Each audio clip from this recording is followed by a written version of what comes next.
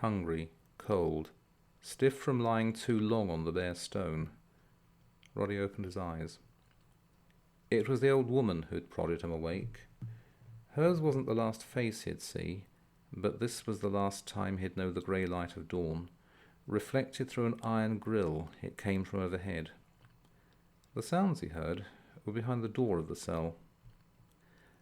"Christ have mercy, child," she whispered.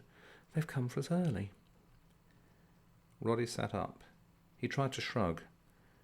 2 days from arrest to sentence, 7 days more till execution. It was supposed to be 7 days for repentance.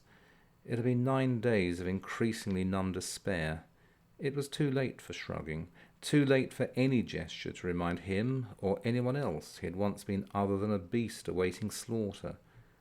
Besides, the iron collar had settled on one of the few remaining spots where its chafing didn't hurt like a branding iron. "It doesn't matter," he said.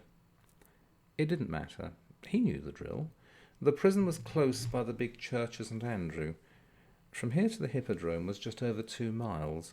Whether their procession through the streets of Constantinople began at dawn or when the sun was risen made no difference to how things would end. There'd still be no breakfast.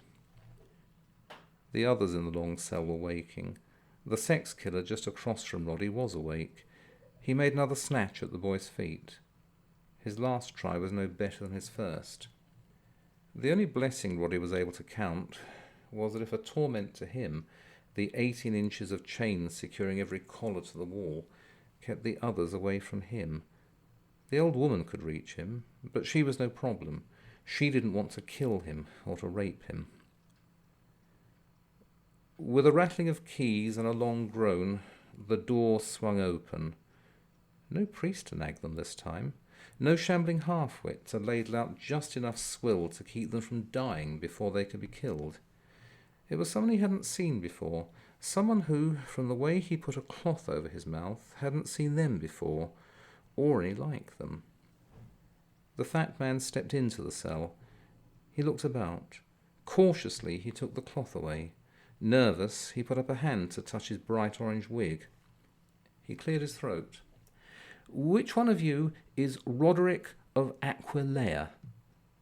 As if fighting off the urge to vomit, he paused. Then he repeated himself in Latin. Rodi said nothing. The fat man spoke again. Rodi looked at the shackles that kept his hands from reaching up to adjust his collar. He knew if he still said nothing, the fat man wouldn't go away. But why make it easy for him? The guard stepped forward. "Here's the one you're looking for." He kicked at the boy's stomach. Rodi went into his best imitation of a scared hedgehog. Not much curling up to be done, though, with that iron band about his neck, or with the iron bar that connected manacled hands to manacled feet. Even so, he twisted enough for the blow to fall on his rib cage. "They've come to burn you first," the sex killer chattered.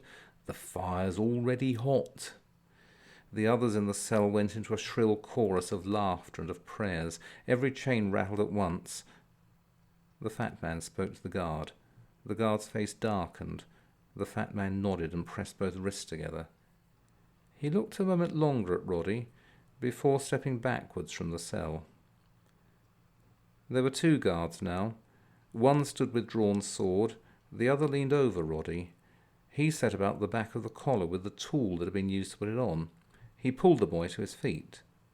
"Don't try anything," he snarled. Rodi looked down at his feet. It seemed that if he moved them not more than 3 inches at a time, he should be able to shuffle forward. For the moment, it was all he could do to keep from falling over. When threats did nothing, the guard lifted him in one arm and carried him out. "God go with you, child," the old woman cried. It was dark in the corridor, dark and cold. Once the crash of the closed cell door had ceased echoing, it was very quiet.